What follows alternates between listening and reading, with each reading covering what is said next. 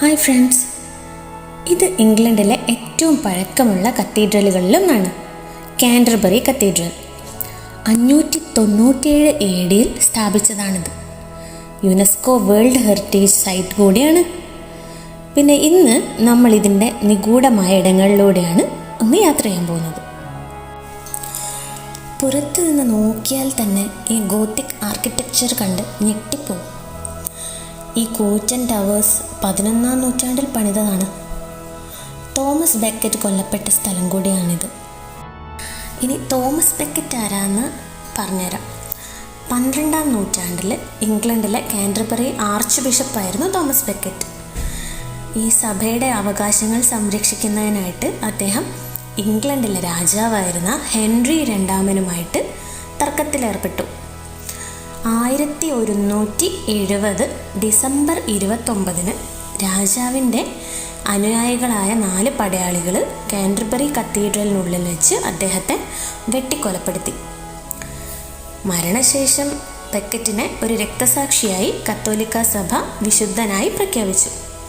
അദ്ദേഹത്തിൻ്റെ കല്ലറ സ്ഥിതി ചെയ്യുന്ന കാൻറ്റർബറി കത്തീഡ്രൽ ലോകമെമ്പാടുമുള്ള ക്രൈസ്തവരുടെ പ്രധാന തീർത്ഥാടന കേന്ദ്രങ്ങളിലൊന്നായിട്ട് മാറി. അകത്തേക്ക് കടന്നാൽ ആദ്യം കാണുന്നത് ഈ നീളൻ നേവാണ്.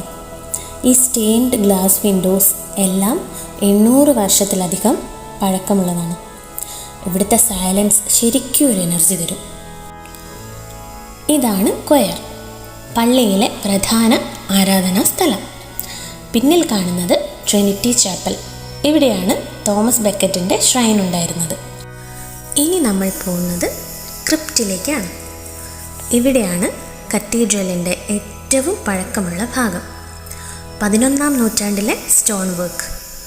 ഇവിടെ നിന്നാൽ ശരിക്കും ഒരു മിസ്റ്റീരിയസ് ഫീൽ കിട്ടും. ഇതാണ് ക്ലോയിസ്റ്റേഴ്സ്, പണ്ട് മോങ്സ് നടന്നിരുന്ന ഇടം. അതിനോട് ചേർന്നാണ് പഴയ സിമെട്രി. 100 കണക്കിന് വർഷങ്ങൾ പഴക്കമുള്ള ശവക്കല്ലറകൾ. രാത്രിയായാൽ ഇവിടെ വരാൻ കുറച്ച് ധൈര്യമൊക്കെ വേണം. 1400 വർഷത്തെ ചരിത്രമുറങ്ങുന്ന ഇടം കാൻറ്റർബറി കത്തീഡ്രൽ. ഇത് വെറും ഒരു ടൂറിസ്റ്റ് സ്പോട്ടല്ല, ഇംഗ്ലണ്ടിൻ്റെ ആത്മാവ് കൂടിയാണ്. നിങ്ങൾക്കിവിടെ വരാൻ പറ്റിയാൽ ഡെഫിനറ്റ്ലി മിസ് ചെയ്യരുത്.